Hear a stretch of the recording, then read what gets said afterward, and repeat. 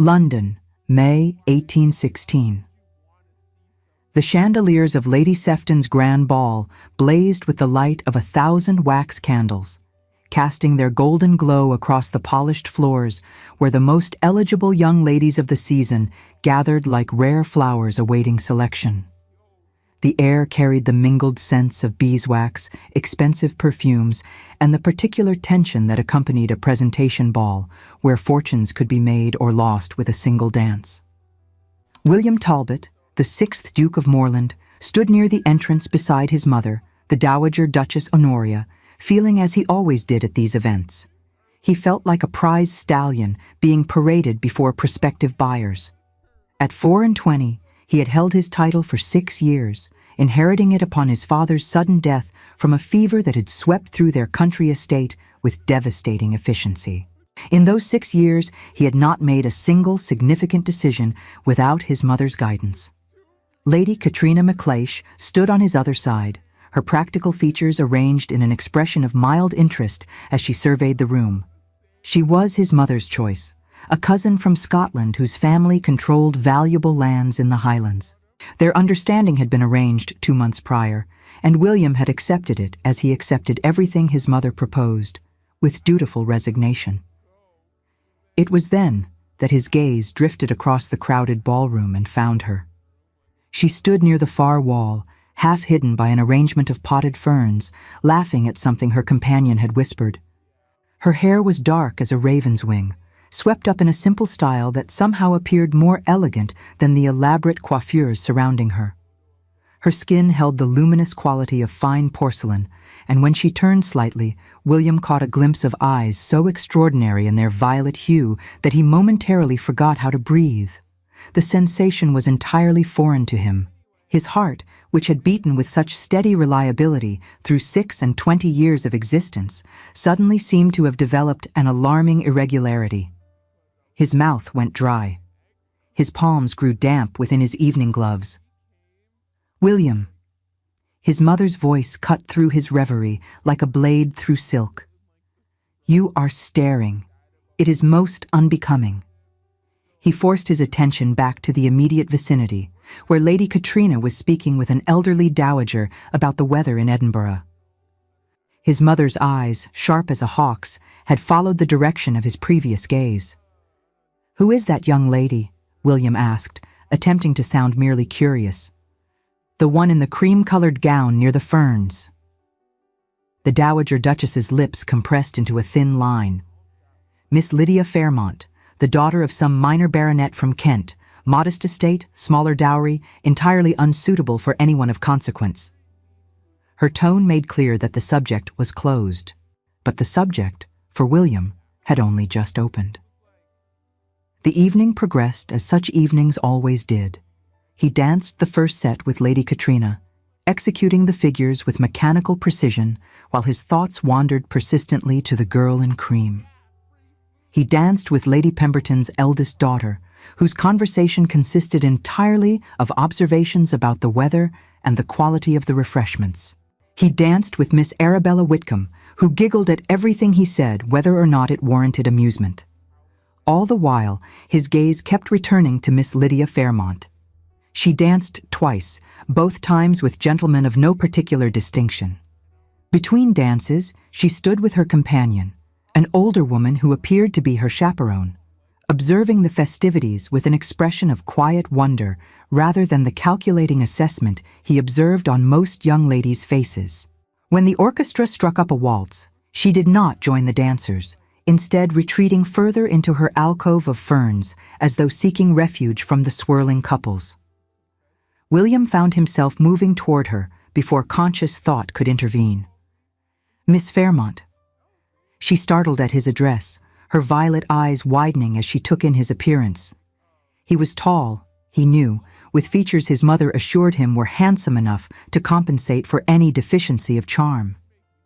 At this moment, however, he felt as awkward as a schoolboy at his first assembly.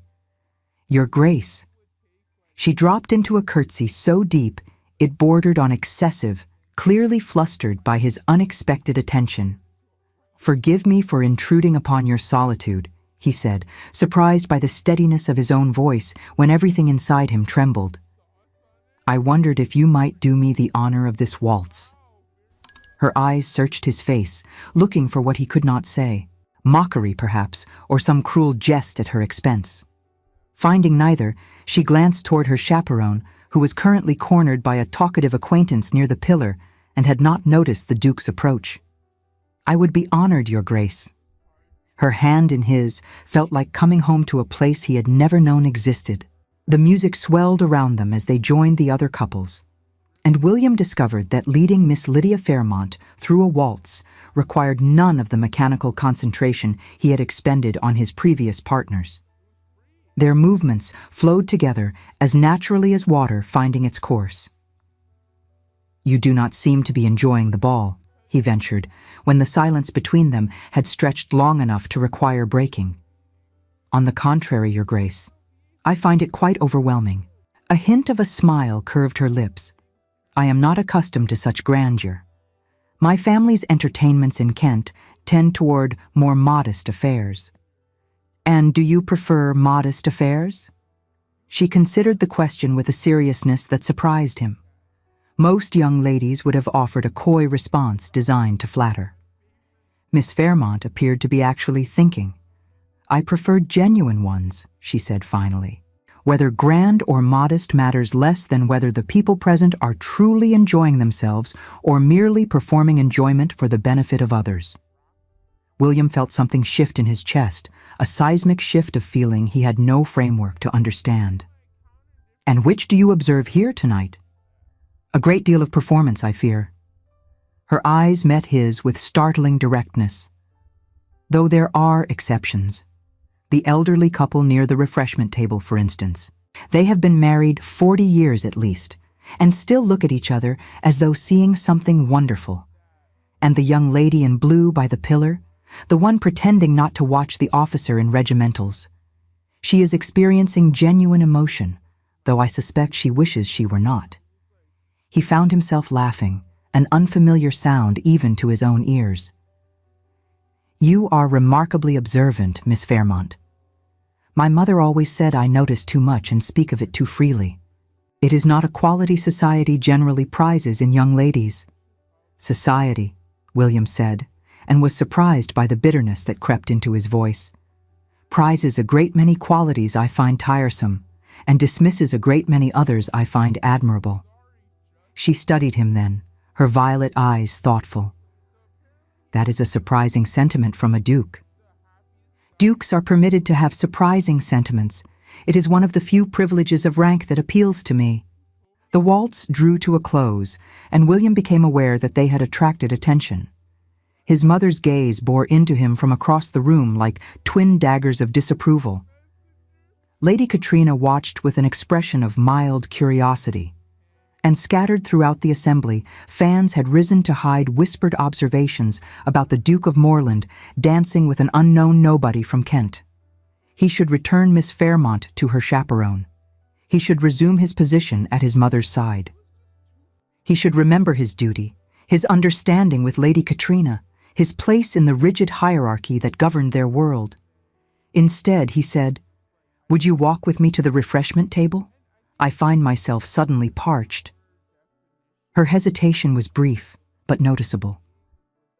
"Your Grace, I am not certain that would be wise." "Wisdom," he replied, "is another quality society prizes that I increasingly find tiresome." A small laugh escaped her, and the sound of it filled him with inexplicable joy. She placed her hand on his arm, and they made their way through the crowded ballroom together. At the refreshment table, William procured 2 glasses of lemonade and steered Miss Fairmont toward a relatively secluded corner where conversation might be possible without the entire assembly straining to overhear. "Tell me about Kent," he said, "about your family's modest affairs and your mother's opinions on speaking freely." "There is little to tell that would interest a duke." She sipped her lemonade, her cheeks flushed pink from dancing or from something else entirely. "My father is Sir Edward Fairmont. Our estate is called Rosefield Manor, though there are few roses and the manor itself is rather small. I have one brother who is away at Cambridge and a younger sister still in the schoolroom.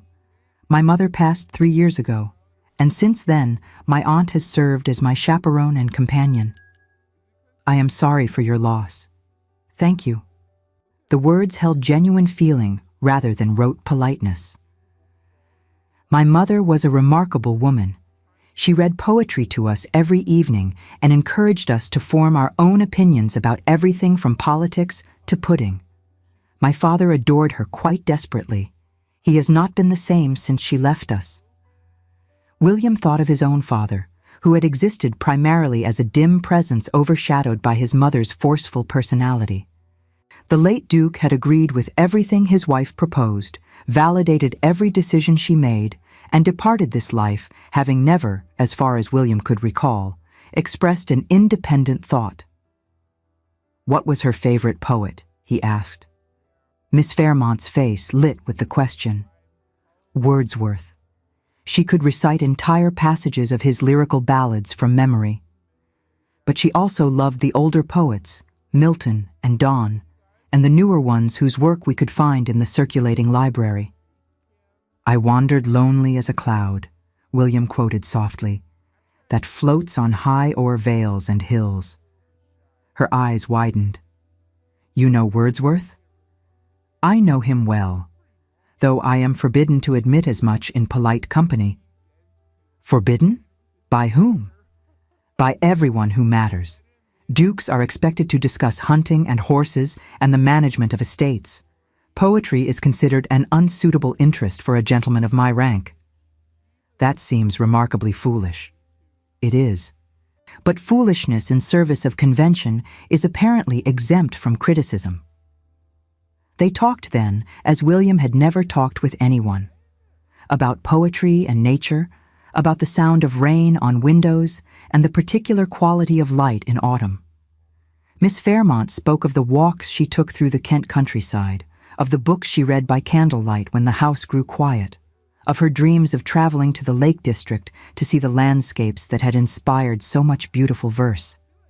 William spoke of things he had never spoken of his loneliness in the great house at Moorland Park, of the way his mother's constant presence felt like a weight pressing down upon his chest, of his secret conviction that there must be more to existence than duty and obligation, and the endless performance of social expectations.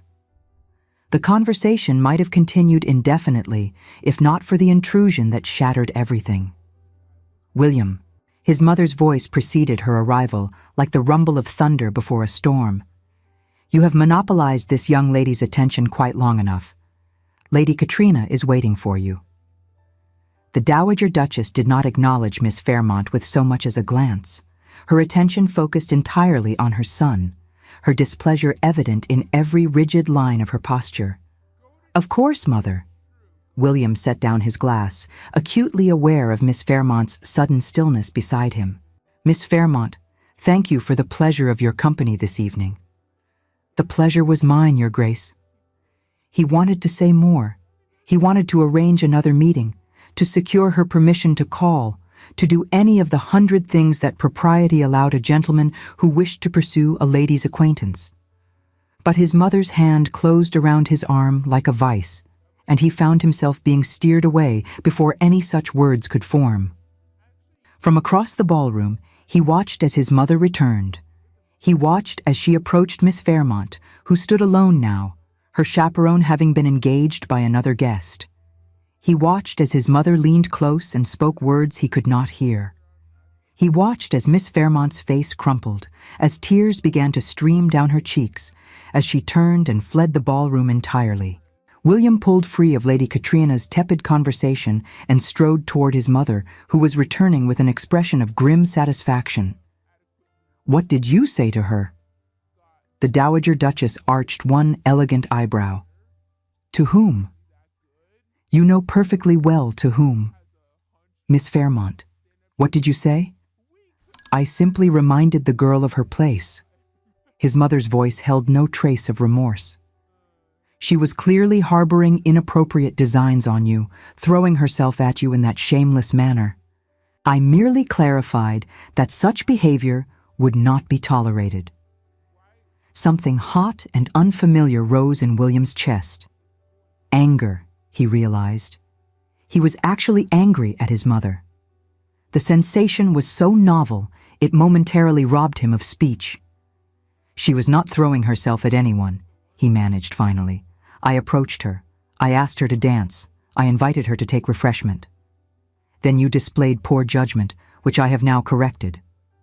You had no right. The words hung in the air between them like a declaration of war. In 26 years of existence, William had never defied his mother, had never questioned her decisions, never challenged her authority, never suggested that her judgment might be anything other than infallible. The Dowager Duchess's eyes narrowed. I had every right. I am your mother, and I have spent my entire life protecting you from exactly this sort of mistake. That girl is nobody, William. A nobody from nowhere with nothing to recommend her but a pretty face and a talent for manipulation. You will forget her, return your attention to Lady Katrina, and thank me in due course for saving you from a disastrous entanglement. William looked at his mother, truly looked at her, and saw for the first time the iron will that had shaped his entire existence. He saw the control she had wielded like a weapon, the way she had pruned and molded him into precisely the man she wished him to be. A man who never questioned, never rebelled, never wanted anything that was not first approved and sanctioned by her judgment. "Excuse me," he said quietly. "I need some air." He found Miss Fairmont in the garden, seated on a stone bench beneath a trellis of climbing roses. The moonlight caught the tears on her cheeks, turning them to silver. She did not look up at his approach, and when she spoke, her voice emerged small and broken. "Please go away, Your Grace. Your mother has made her feelings quite clear. I should never have spoken with you, never have danced with you, never have allowed myself to forget, even for a moment, the gulf between us." William sat down beside her on the bench. Propriety be damned. "What did she say to you?" "It does not matter. It matters to me." Miss Fairmont finally raised her eyes to his, and the pain he saw there made something inside him crack open. "She said I was grasping and common, that I was throwing myself at you shamelessly, offering what no respectable woman offers, that I was a vulgar social climber attempting to trap you through feminine wiles." Her voice wavered, but did not break. "She told me to stay away from you, to stop degrading myself with such transparent desperation." The hot anger in William's chest intensified. "She had no right to speak to you that way. She had every right. She is your mother, and she is protecting you." Miss Fairmont rose from the bench, wrapping her arms around herself as though chilled. "I was inappropriate, Your Grace. I forgot myself in the pleasure of our conversation. I allowed myself to imagine for just a moment that such boundaries did not exist. Your mother reminded me that they do, and she was correct to do so." She was not correct. She was. Miss Fairmont turned to face him, her violet eyes resolute despite the tears that continued to fall. "You are a duke engaged to marry your cousin. I am nobody from nowhere, as your mother so accurately observed.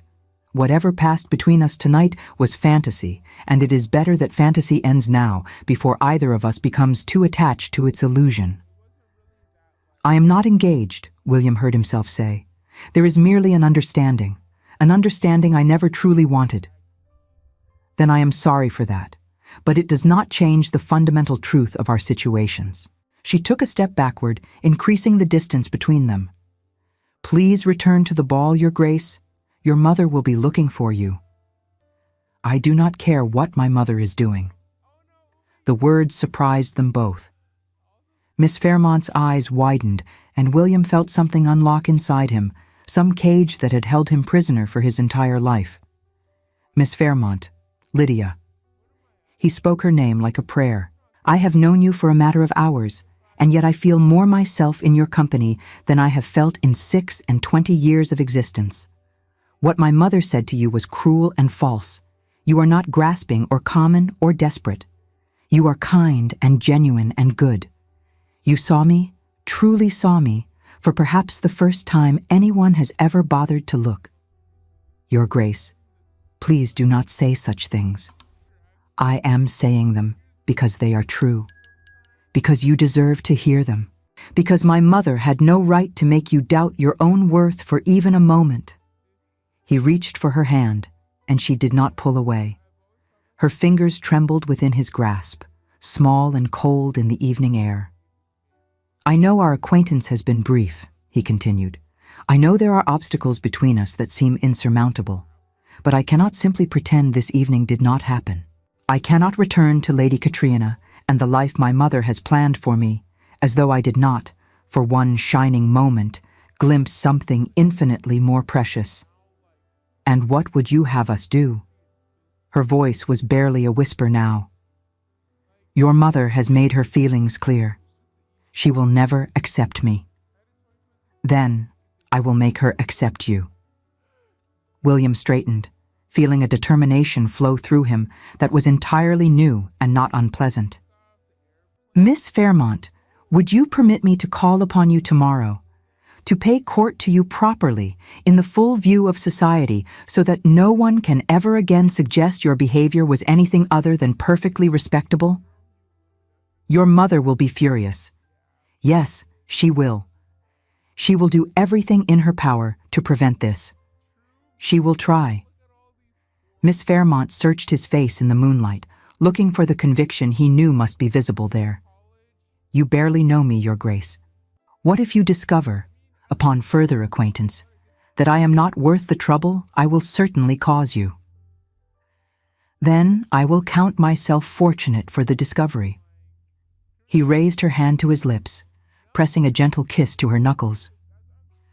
But I do not believe that will happen. I believe that further acquaintance will only confirm what I already suspect, that you are the most extraordinary woman I have ever had the privilege of meeting. She smiled then, a small, tremulous expression that nonetheless lit her entire face with beauty. You are quite mad, Your Grace. Undoubtedly. He smiled back at her. Will you permit my call? I will. She withdrew her hand from his, though the movement seemed reluctant. My aunt has taken rooms in Bloomsbury for the season. The address is number 12 Montague Street. Tomorrow at 3, then. Tomorrow at 3. They returned to the ballroom separately, propriety demanding at least that minimal concession. William found his mother and Lady Katrina near the entrance, both watching his return with expressions ranging from disapproval to curiosity. Where have you been? The Dowager Duchess demanded. Lady Katrina has been waiting to bid you good evening. Forgive me, cousin. William bowed to Lady Katrina with genuine warmth. I needed a moment to collect my thoughts. The evening has been rather overwhelming.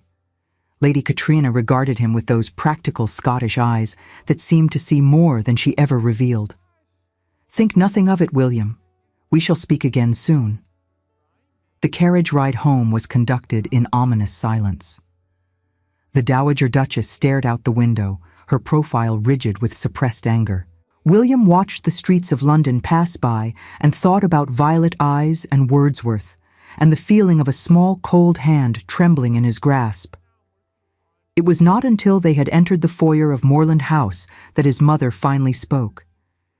You will not call upon that girl. I have already made the arrangement.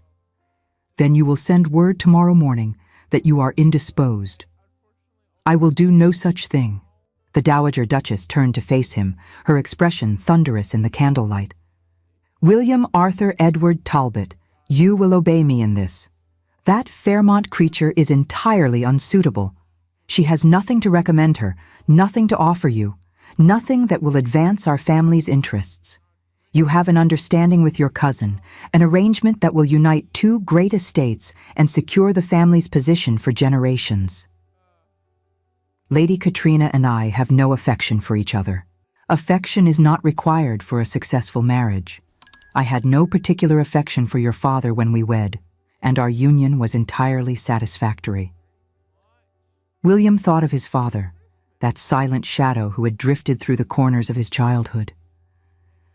Thought of the emptiness in the man's eyes, the way he had seemed to fade a little more each year until there was nothing left to fade. "I do not wish for a satisfactory union," he said quietly. "I wish for something more. What you wish is irrelevant. You are a duke, and you have responsibilities that outweigh any personal preferences. I have spent 24 years preparing you for your position. I have sacrificed everything to ensure your success, managed your estates, maintained your social standing, guarded your reputation against every threat. And this is how you repay me? By chasing after some common nobody who caught your eye at a ball? Miss Fairmont is the daughter of a baronet. She is hardly common. She is nothing." The Dowager Duchess's voice rose to a near shriek. "Do you understand me, William? She is nothing, and she will bring nothing to this family but scandal and embarrassment. I forbid this courtship. I absolutely forbid it." William looked at his mother and saw, perhaps for the first time, the woman she truly was. Not the wise guardian he had always believed her to be, but a controller, a manipulator, someone whose love was contingent upon absolute obedience. "I am sorry, Mother," he said, and meant it. "But I am no longer a child to be forbidden. I am the Duke of Moreland, and I will decide whom I court." He turned and walked up the stairs to his chambers, leaving his mother standing alone in the foyer, her face contorted with a fury he had never seen and did not particularly wish to see again. The following weeks unfolded like a carefully choreographed dance, every step watched and scrutinized by the assembled ton. William called upon Miss Fairmont as promised, finding her in the modest drawing-room of her aunt's rented lodgings, her violet eyes wide with surprise that he had actually appeared. They talked of poetry and philosophy, of the beauties of the natural world and the constraints of social expectation. Miss Fairmont, he discovered, possessed a mind as beautiful as her face, full of unexpected depths and surprising perspectives. She questioned things he had always accepted, challenged assumptions he had never examined, and made him feel more alive with every conversation than he had felt in his entire previous existence. He brought her gifts, small tokens chosen with care rather than expense. A volume of Wordsworth's verses inscribed with a line from the poem that had first connected them. A watercolor of the Lake District purchased from a struggling artist he had encountered on Bond Street. A single perfect rose from the gardens at Moreland Park, pressed between the pages of a book of sonnets. Each gift made her smile that luminous smile, and each smile made William more certain that he had found something precious beyond measure. The afternoon when he arrived with the volume of poetry remained vivid in his memory. Lydia had received him in the small drawing-room, her aunt busying herself with needlework in the corner to provide the requisite chaperonage. When she opened the tissue paper wrapping and saw what lay within, her violet eyes had filled with tears. "You remembered," she whispered, tracing the gold lettering on the spine. "I remember everything you say. Every word, every thought, every observation that reveals the extraordinary mind behind those beautiful eyes." Her aunt had coughed pointedly at the intimacy of his tone, and both had laughed, the moment broken but not diminished. These small intimacies accumulated like coins in a treasure chest, each one adding to the growing wealth of their connection. Lady Katrina MacLeish's departure from London had been handled with remarkable grace. William had called upon her at her family's townhouse, prepared to explain, to apologize, to somehow make her understand that he had never intended to hurt her.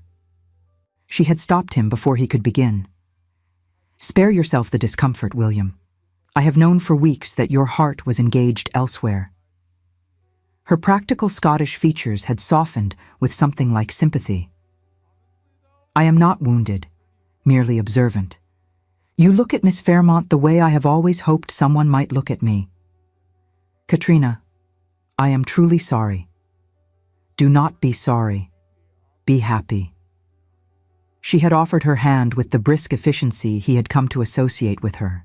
"I am returning to Edinburgh in the morning. I shall tell our families that we released each other from the understanding by mutual agreement. It is the truth after all, if somewhat simplified. You are remarkably generous. I am remarkably practical. There is no benefit in competing with a ghost, and Miss Fairmont has clearly already taken up residence in whatever heart you possess." A small smile had crossed her face. "I do hope you find the happiness you seek, William. Truly, I do." They walked in Hyde Park during the fashionable hour, Miss Fairmont on his arm, her aunt trailing at a respectable distance. They attended the theater together, sharing a box that drew whispers from every corner of the auditorium. They danced at balls and assemblies, always the two dances that propriety permitted, each one feeling more natural than the last. The ton watched and wondered.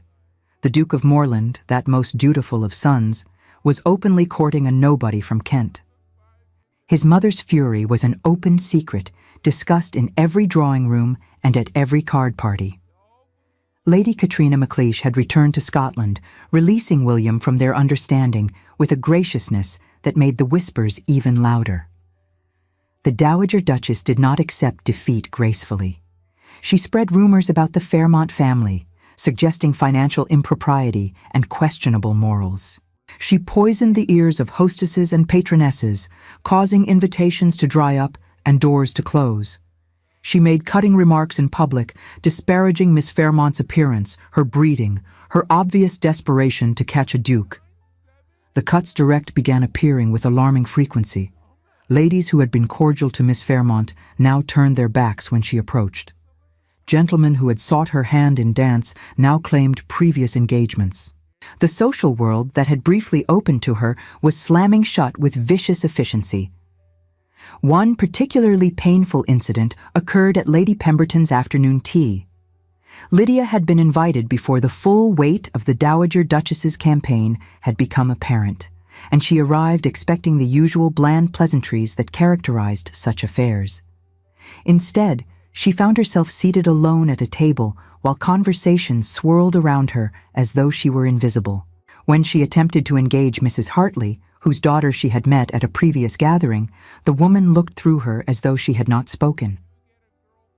"I am afraid that seat is taken," Lady Bancroft announced loudly when Lydia moved to join a more welcoming-looking group.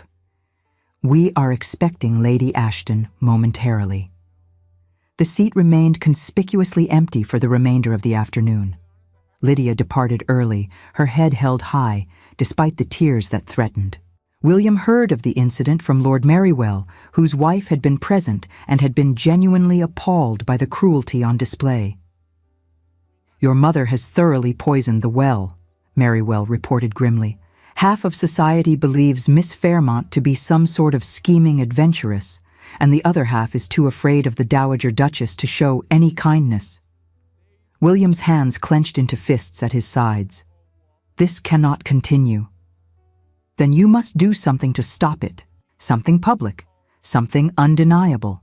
Society needs to understand that Miss Fairmont has your full support and that opposition to her is opposition to you." Through it all, Lydia maintained her dignity. She did not complain, did not weep in public, did not give her tormentors the satisfaction of seeing her broken. But William saw the strain in her eyes, saw the effort it cost her to hold her head high when everywhere she turned, she met hostility and contempt. One evening at Richmond, where William had arranged a private picnic near the Thames with proper chaperonage, he finally spoke of what had been building in his heart. They sat in a small boat on the water, William rowing while Lydia trailed her fingers through the cool river. The sun painted the sky in shades of gold and rose, and the world felt very far away. "Lydia." He shipped the oars, allowing the boat to drift in the gentle current. "I need to tell you something." She looked up at him, her violet eyes wary. "That sounds rather ominous." "I love you." The words hung in the air between them, simple and true and terrifying. Lydia's hand stilled in the water, droplets falling from her fingertips like liquid jewels. "William, please." Her voice trembled. "Do not say such things if you do not mean them. I have never meant anything more in my entire life." He reached for her hand, drawing it into his own. "I know our courtship has been difficult. I know my mother has made your life a misery. I know the whole of society believes you are grasping and common and unsuitable, but I have never been more certain of anything than I am certain of this. I love you, Lydia Fairmont. I love your kindness and your courage and the way you see beauty in things everyone else overlooks. I love the sound of your laugh and the light in your eyes when you speak of poetry. I love that you challenged me to be more than what I was raised to be, and I love that you make me want to be worthy of that challenge. Tears slipped down her cheeks, but she was smiling. I love you too, William. I have loved you almost from the moment you quoted Wordsworth at me in that wretched ballroom. But your mother will never accept this. She will never stop fighting against us. Then let her fight. I am done living my life according to her wishes. He pressed a kiss to her knuckles. When I am with you, I feel like I can finally breathe. Like I am finally the person I was meant to be, rather than the shadow my mother created. I do not know how to make her accept you, Lydia, but I know that I cannot give you up. I will not give you up, no matter what she does. Even if it means losing your family? If my family cannot accept the woman I love, then they were never truly my family to begin with. Lydia leaned forward and pressed her lips to his. The kiss was tender and desperate, full of hope and fear and a love that had grown strong despite every obstacle placed in its path. When they finally parted, both breathless, the last of the sunlight was fading from the sky. "We should return," Lydia whispered. "My aunt will be wondering what has become of us." "Before we do, I have something to ask you." William's heart pounded so violently he was certain she could hear it. "I know this is not the proper way. I should speak to your father first, obtain his permission, make arrangements through proper channels, but I cannot wait another moment." He took both her hands in his. "Lydia Fairmont, will you marry me?" Her answer was immediate and unwavering. "Yes, yes, William, 1,000 times yes." He kissed her again, pulling her close in the cramped confines of the boat, heedless of propriety or the distant figure of her aunt on the shore. For one perfect moment, nothing existed but the two of them, and the love that had grown between them like a flower pushing through stone. The journey back to shore was made in contented silence, their hands intertwined across the space between them. Lydia's aunt, who had watched the proceedings from a discreet distance, wore an expression that suggested she knew exactly what had transpired, but was determined to feign polite ignorance. "I shall write to your father tomorrow," William said, as he handed Lydia down from the boat, "to formally request his blessing. He will give it gladly. He has spoken of nothing but your virtues since you began calling." "I have virtues?" "Many of them, apparently. My father believes you to be kind, honorable, and entirely too good for the daughter of a minor baronet."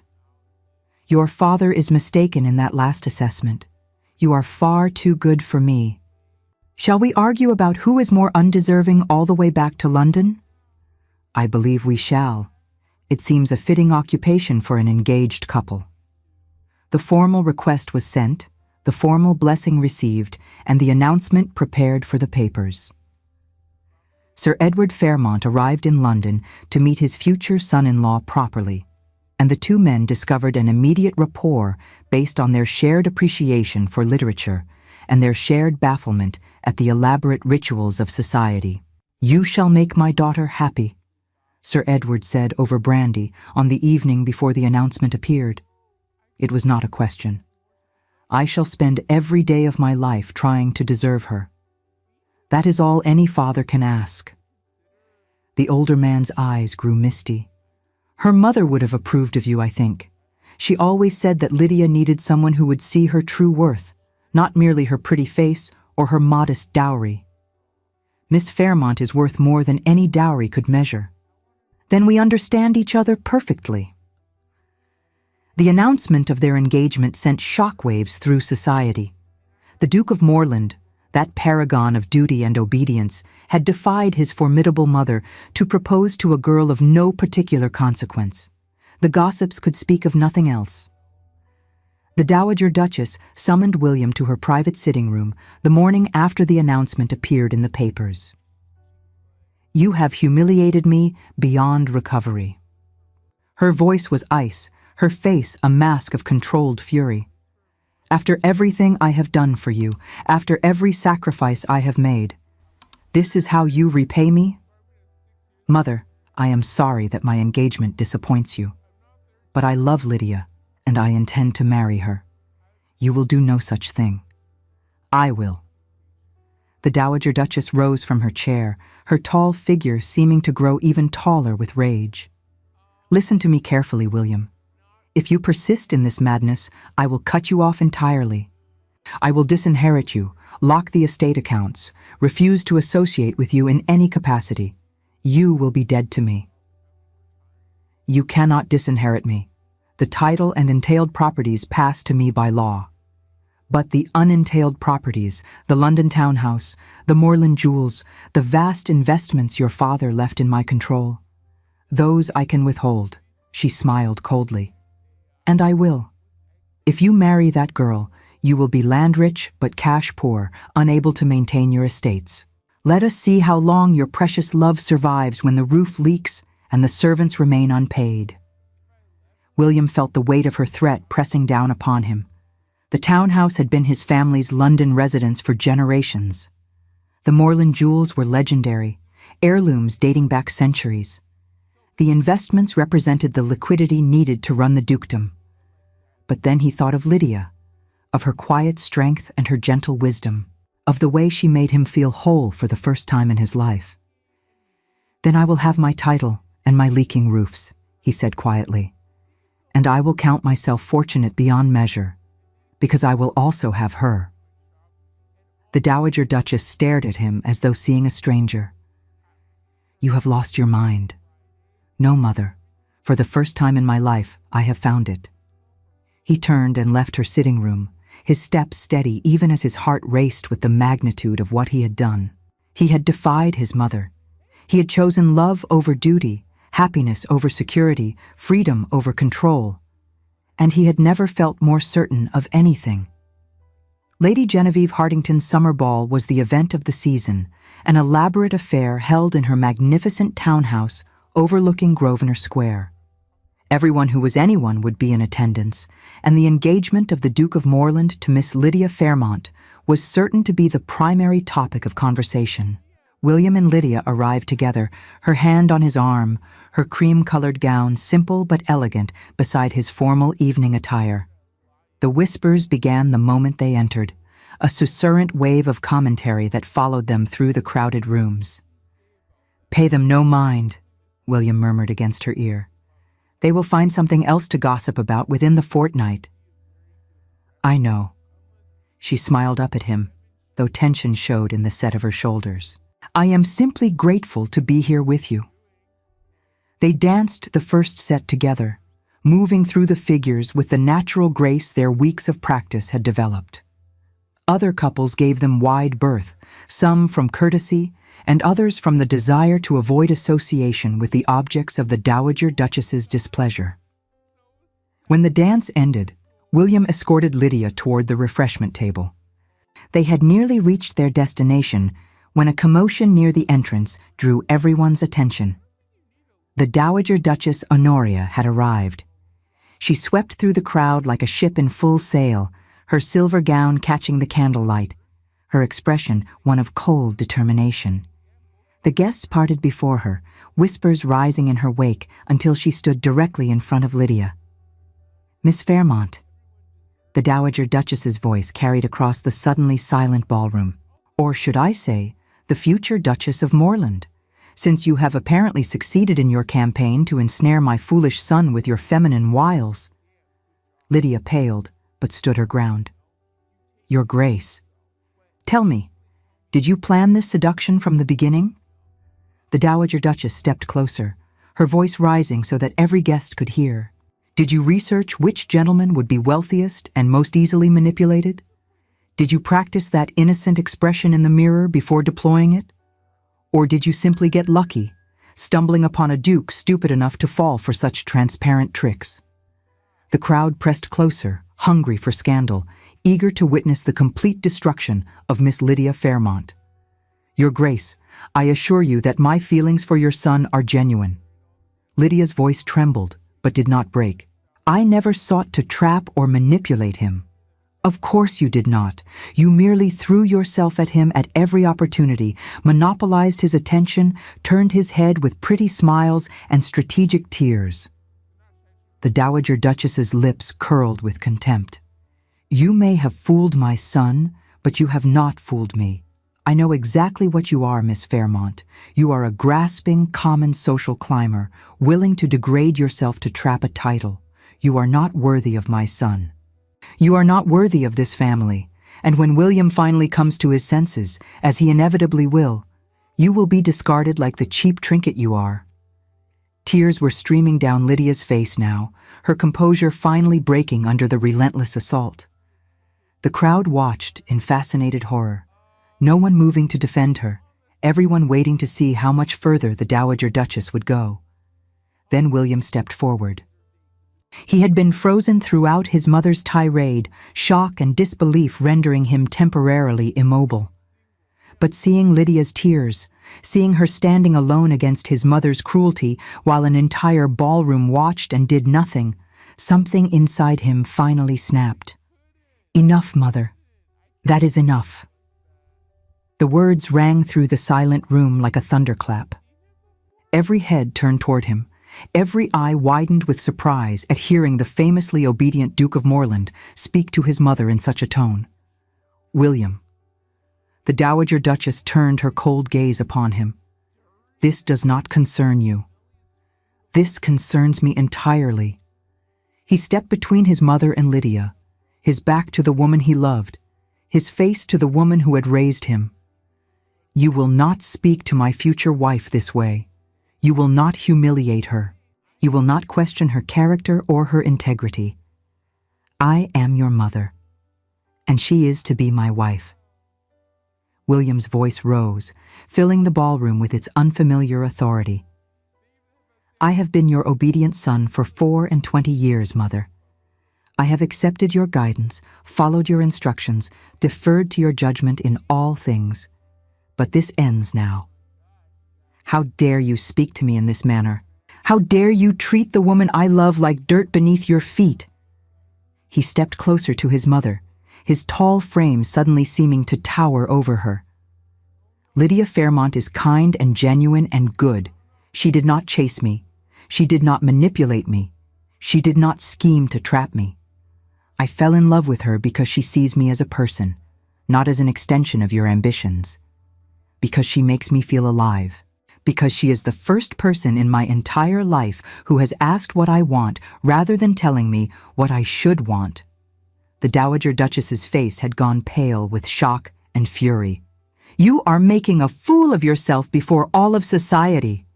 Then let society think me a fool. William turned to face the assembled guests, his voice carrying to every corner of the magnificent room. Let everyone here know that I love Lydia Fairmont with all my heart. That I intend to marry her regardless of my mother's objections. That I would rather be a fool in love than a dutiful son trapped in a loveless arrangement of my mother's devising. He turned back to Lydia, taking her trembling hands in his own. I am sorry for my mother's cruelty. I am sorry it took me so long to stand up to her. But I am standing now, Lydia.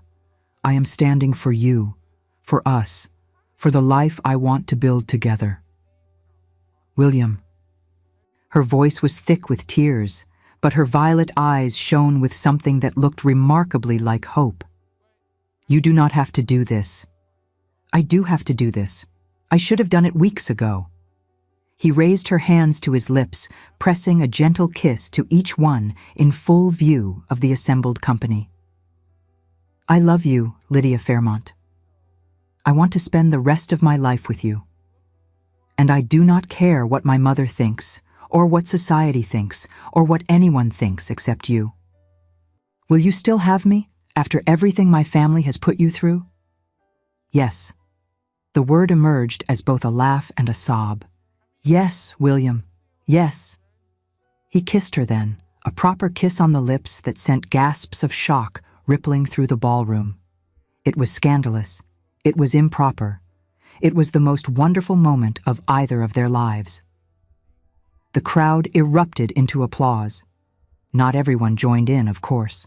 Some guests maintained their disapproval, their rigid postures and pursed lips making clear their opinion of the entire display. But enough people clapped, enough people smiled, enough people recognized the genuine love on display to create a wave of support that swept through the room. The Dowager Duchess stood alone, isolated in a sea of approval, her social position crumbling around her as the guests she had counted as allies turned their backs on her controlling behavior. Lady Genevieve Hartington herself approached William and Lydia with a warm smile. "Your Grace, Miss Fairmont. May I be the first to offer my sincere congratulations. Yours is clearly a love match of the finest order." "Thank you, Lady Hartington. I should like to host your engagement dinner, if you would permit me the honor." "We would be delighted." More guests approached, offering congratulations and well wishes, carefully avoiding the rigid figure of the Dowager Duchess as though she had become invisible. The social tide had turned, and everyone present understood it. William spotted his mother standing alone near the entrance, her face a mask of barely contained fury. Their eyes met across the crowded room, and for a moment something flickered in her expression that might have been pain. Then she turned and swept from the ballroom, her exit as dramatic as her entrance had been. The days that followed were a whirlwind of activity. Wedding preparations began in earnest, with Lady Hartington graciously offering her assistance in navigating the social complexities that remained. Invitations were sent, arrangements were made, and the date was set for 3 weeks hence at St. George's Church in Hanover Square. The Dowager Duchess sent no word to her son. The doors of Moreland House remained closed to him, the servants instructed to turn him away if he attempted to call. She had made her position clear, and William accepted it with a heaviness in his heart that Lydia's love could only partially ease. "She may come around," Lydia said one evening as they sat together in the modest drawing room of her aunt's lodgings. "Time heals many wounds." "Perhaps." William stared into the fire, his expression troubled. "But I fear my mother's wounds are of her own making, and she seems disinclined to acknowledge them. She raised you alone after your father died. That cannot have been easy. She raised me to be her puppet, controlled by her strings, dancing to her tune." He turned to look at Lydia, his gray eyes soft in the firelight. "You freed me from those strings. I will always be grateful for that, whatever happens with my mother. I did nothing. You freed yourself. I freed myself because you showed me it was possible, because you showed me what life could be like when it is lived for joy rather than duty." He reached for her hand, threading his fingers through hers. "I love you, Lydia Fairmont. I love you more than I knew it was possible to love another person. And in 3 weeks, I will stand before God and man and vow to love you for the rest of my life. That vow will be the truest thing I have ever spoken. I love you too, William." She leaned her head against his shoulder, her hair tickling his chin. "Though I confess, I sometimes still cannot believe this is real, that you chose me over everything your mother could offer. You are everything my mother could not offer." He pressed a kiss to the top of her head. "You are freedom and joy and love without conditions. You are exactly what I need, and I thank God every day that you agreed to dance with me at that ridiculous ball." It was a lovely ball. It was a tedious exercise in social obligation, but it brought me to you, so I shall forever speak well of it. She laughed, that musical sound he had come to treasure above all others. "You are becoming remarkably romantic, Your Grace. I had an excellent teacher." The wedding morning dawned bright and clear, as though the heavens themselves had decided to smile upon the union of William Talbot and Lydia Fairmont. St. George's Church was filled to capacity, the pews crowded with guests who had decided that love matches were more fashionable than arranged ones, and that the new Duchess of Moreland would be a delightful addition to their social circles. The church itself had been decorated with white roses and trailing ivy, the ancient stone walls softened by flowers that filled the air with sweet fragrance. Morning light streamed through the stained glass windows, casting patterns of colored light across the flagstones like scattered jewels. William's hands trembled slightly as his valet assisted him with the final adjustments to his cravat. He had dressed with more care than he had ever taken for any previous occasion, wanting everything to be perfect for this day when his life would change forever. "Nervous, Your Grace?" his valet inquired with a knowing smile. "Terrified," William admitted, "though not of marriage itself, only of somehow failing to be worthy of the extraordinary woman who has agreed to share my life. If I may say so, Your Grace, the young lady seems to believe you are worthy enough. Perhaps you should trust her judgment." It was sound advice, and William carried it with him as he took his place at the altar. William stood at the altar, his heart pounding with a mixture of joy and nervousness that made it difficult to stand still. His best man, an old school friend named Lord Edward Merrywell, stood beside him offering silent support. Then the doors opened, and Lydia appeared. She wore a gown of ivory silk that caught the light streaming through the stained glass windows, transforming her into something almost otherworldly. Orange blossoms crowned her dark hair, and her violet eyes shone with tears of happiness as she processed down the aisle on her father's arm. William felt his own eyes grow moist as she approached. This extraordinary woman, this kind and gentle soul who had seen him truly for the first time in his life, was about to become his wife. The magnitude of his good fortune nearly overwhelmed him. Sir Edward Fairmont placed his daughter's hand in William's with a gruff nod that contained multitudes of emotion. The vicar began the ceremony, his sonorous voice filling the ancient church with words that had joined couples for centuries. When it came time for the vows, William spoke them with a fervor that left no doubt of his sincerity. "I, William Arthur Edward Talbot, take thee, Lydia, to be my wedded wife, to have and to hold from this day forward, for better, for worse, for richer, for poorer, in sickness and in health, to love and to cherish, till death do us part." Lydia's voice trembled slightly as she recited her own vows, but her eyes never left his face. "I, Lydia Catherine Fairmont, take thee, William, to be my wedded husband, to have and to hold from this day forward, for better, for worse, for richer, for poorer, in sickness and in health, to love and to cherish, till death do us part." The ring slid onto her finger. It was not the Moreland heirloom, which remained locked away in his mother's safe, but a new band of gold William had purchased himself, a simple, perfect circle representing a future unburdened by the past. The vicar pronounced them man and wife, and William kissed his bride with a tenderness that drew happy sighs from the assembled guests. As they turned to face the congregation, William's eye was caught by a figure seated in the rear pew, half hidden by a pillar. His mother had come. The Dowager Duchess sat alone, her face pale and drawn, watching the proceedings with an expression William could not quite decipher. Regret, perhaps, or sorrow, or simply the exhaustion of someone who had fought a battle and lost.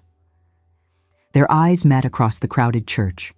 William inclined his head slightly, a gesture of acknowledgement, if not reconciliation. The Dowager Duchess hesitated, then nodded in return. It was not much. It was not forgiveness or acceptance or anything approaching the relationship they might have had if circumstances had been different. But it was something, a thread of connection that had not been entirely severed. The wedding breakfast was held at Lady Hartington's townhouse, a magnificent affair that everyone would be talking about for weeks.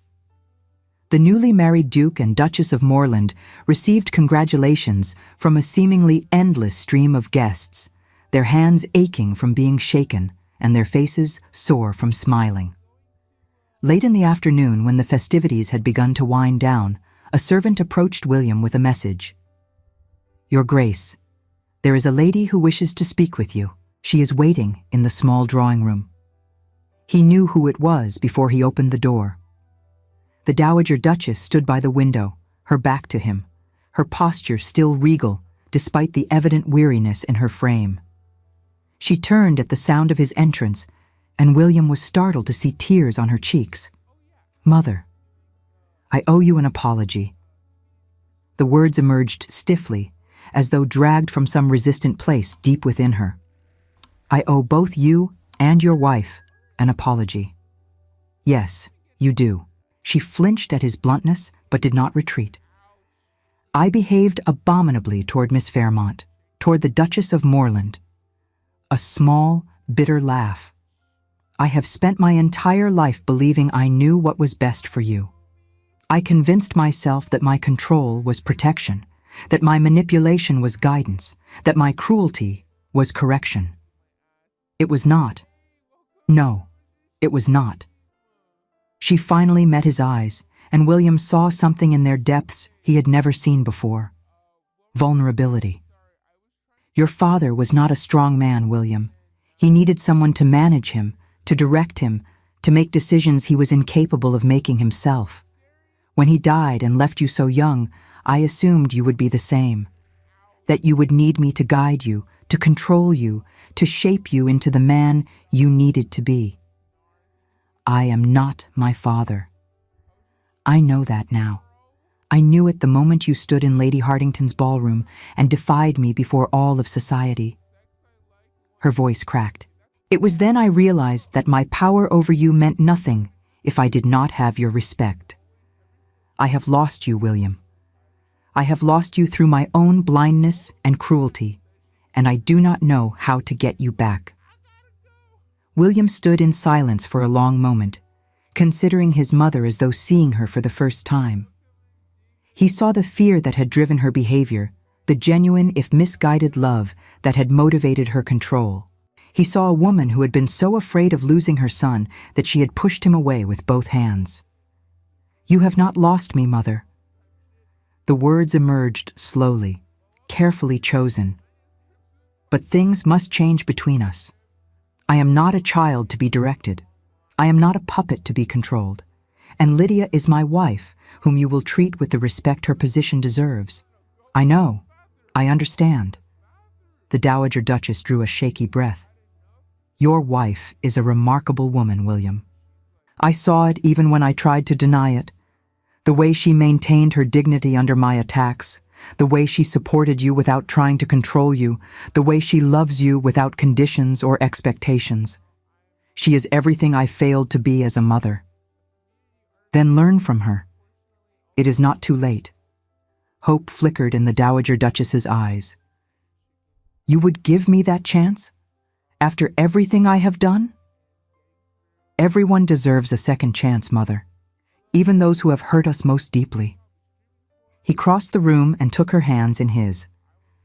"Lydia believes in forgiveness.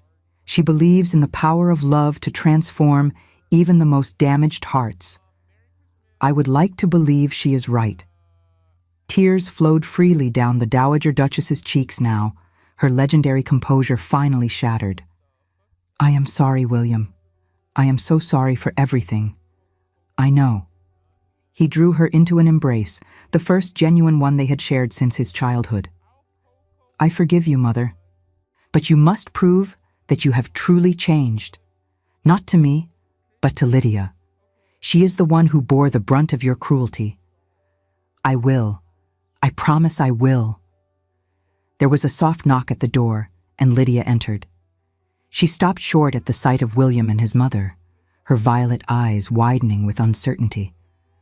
"I am sorry. I did not mean to intrude." "You are not intruding." William held out his hand to her. "My mother has something she wishes to say to you." The Dowager Duchess turned to face her new daughter-in-law, and for the first time in their acquaintance, her expression held no trace of contempt or cruelty. "Your Grace, I owe you an apology that words alone cannot adequately express." She sank into a deep curtsy, a gesture of respect that left Lydia visibly startled. "I treated you shamefully. I said things that were cruel and false.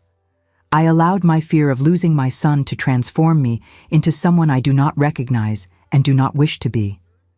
Your Grace, please rise. Lydia moved forward, taking the older woman's hands and gently urging her upright. There is no need for such formality between family. You are more gracious than I deserve. I am offering what I hope you will offer in return, forgiveness and a chance to begin again. Lydia smiled, and the warmth in that expression seemed to reach something cold and rigid in the Dowager Duchess's heart. William loves you, despite everything. I would not wish to be the cause of lasting division between mother and son. You are not the cause. I am. The Dowager Duchess's voice cracked again. But I am grateful for your willingness to let me try to make amends. William watched the two women, the mother who had controlled his life and the wife who had freed him, and felt something loosen in his chest that had been tight for as long as he could remember. We should return to our guests, he said gently. But I believe we can find time in the coming weeks for family dinners and conversation, if everyone is willing. I would like that very much, Lydia said. As would I, the Dowager Duchess agreed. The three of them returned to the wedding breakfast together, and if the guests noticed the redness in the Dowager Duchess's eyes or the new warmth in her manner toward the bride, they were tactful enough not to comment. The honeymoon was spent at a small estate in Kent, not far from Lydia's childhood home.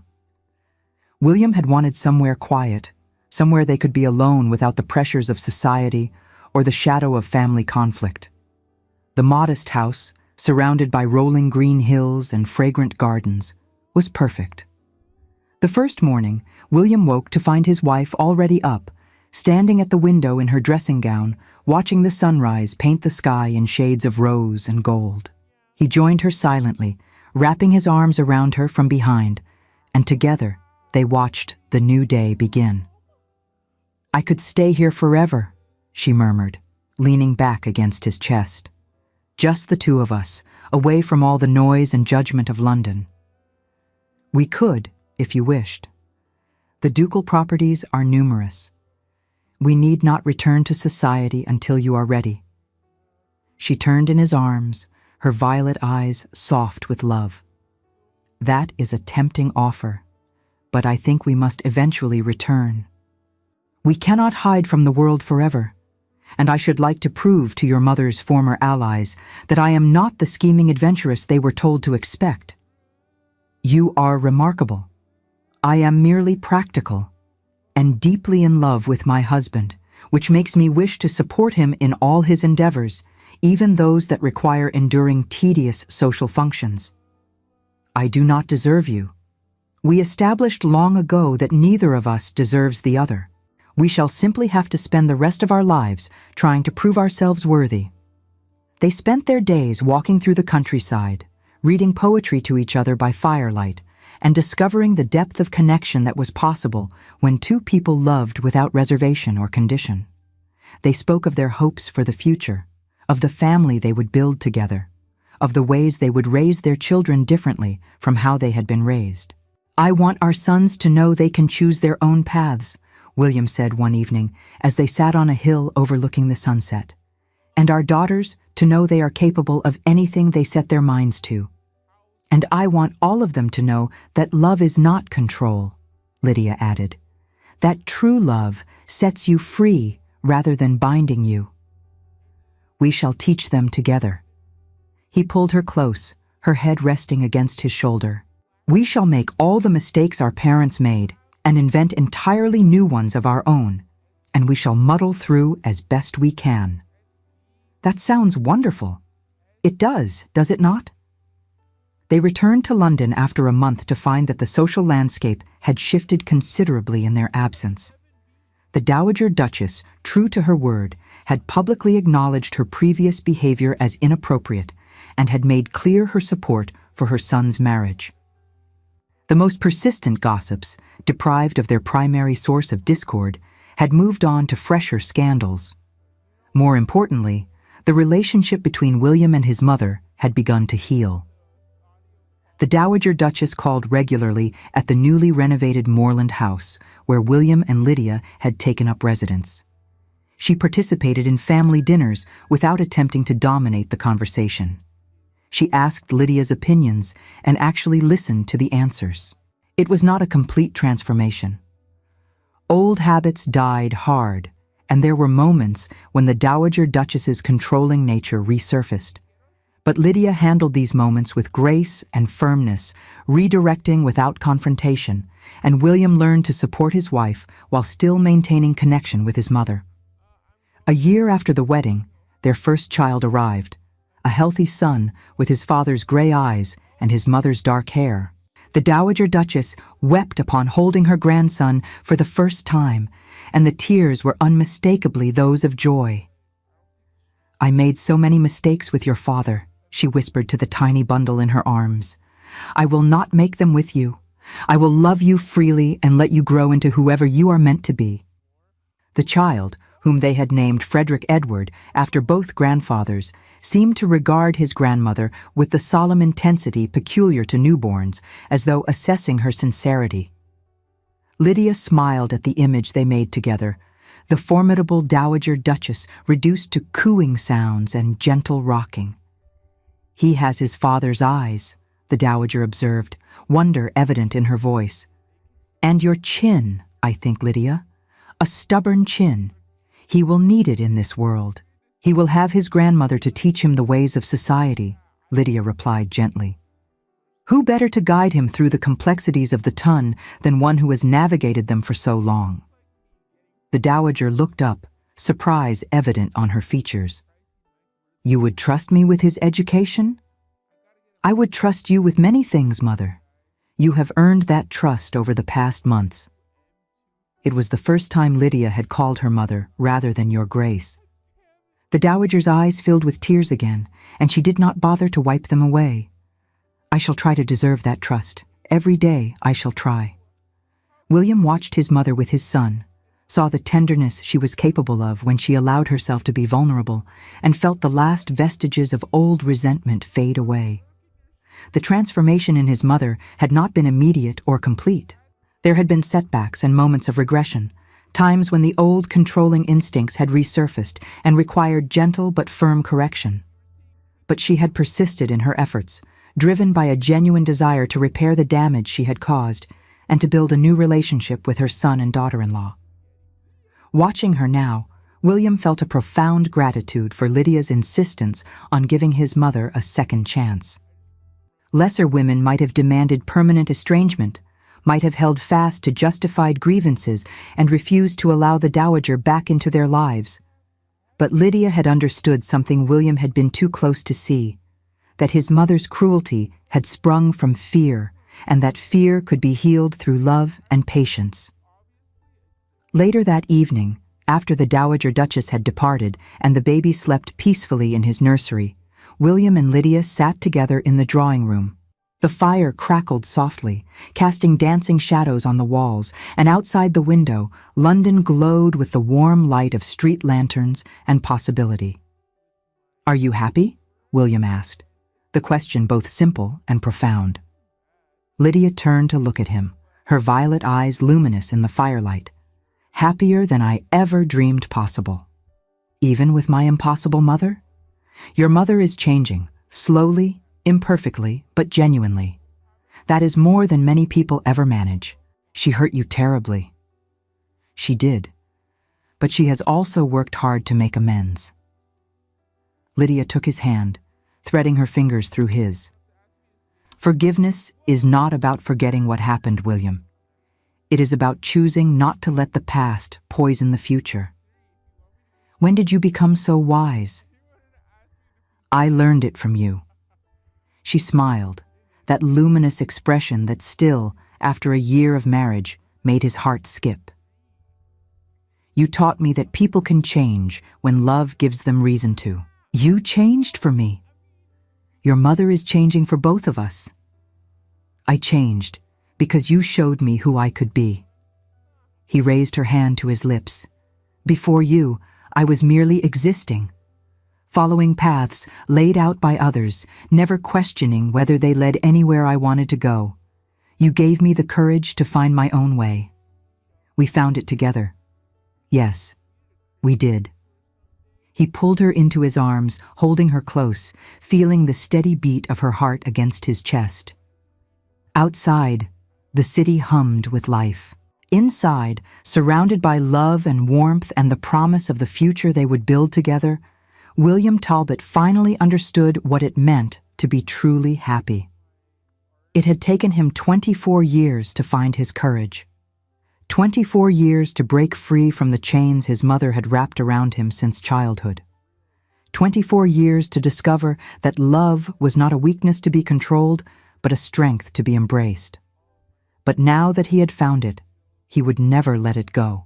He thought of the boy he had been before that fateful ball at Lady Sefton's. The obedient son who had never questioned, never challenged, never wanted anything his mother had not first approved. That boy seemed like a stranger now, a pale shadow of the man he had become. Lydia had changed everything, not by trying to change him, but by loving him exactly as he was and believing he could be more. She had seen past the Duke, past the dutiful son, past all the masks he had worn for so long he had forgotten they were masks at all. She had seen William, and she had loved what she found. That love had given him the strength to stand up to his mother, to choose his own path, to become the man he was meant to be rather than the puppet his mother had tried to create.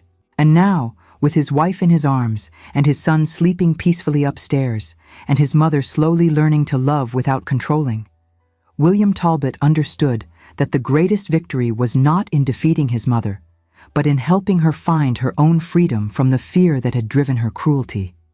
They were all of them imperfect souls learning to grow, people trying to love each other as best they could. There would be more conflicts ahead, more moments of difficulty and doubt, more occasions when old patterns tried to reassert themselves. But they would face those challenges together, as a family, bound not by control or manipulation or duty, but by something far more powerful: love, true love, the kind that sets you free rather than binding you, the kind that sees you truly and loves you anyway, the kind that gives you the courage to become the best version of yourself. William had found that love against all odds. He had fought for it against his mother's opposition and society's judgment and his own deeply ingrained habits of obedience. And in the end, love had won. It always did, he thought, tightening his arms around his wife. When it was real, when it was true, when two people chose each other not because duty demanded it, or family required it, or society expected it, but simply because they could not imagine facing the world without each other. That was the lesson he would teach his son. That was the legacy he would leave behind. Not titles or properties or social position, but the simple truth that love was worth fighting for, no matter the cost. Because in the end, love was the only thing that truly mattered. Thank you so much for staying with us until the end of this story. If these moments of love, courage, and redemption touched your heart, please like, subscribe, and share with someone who needs to hear it. Your support helps us continue creating stories of resilience, hope, and the transforming power of true love.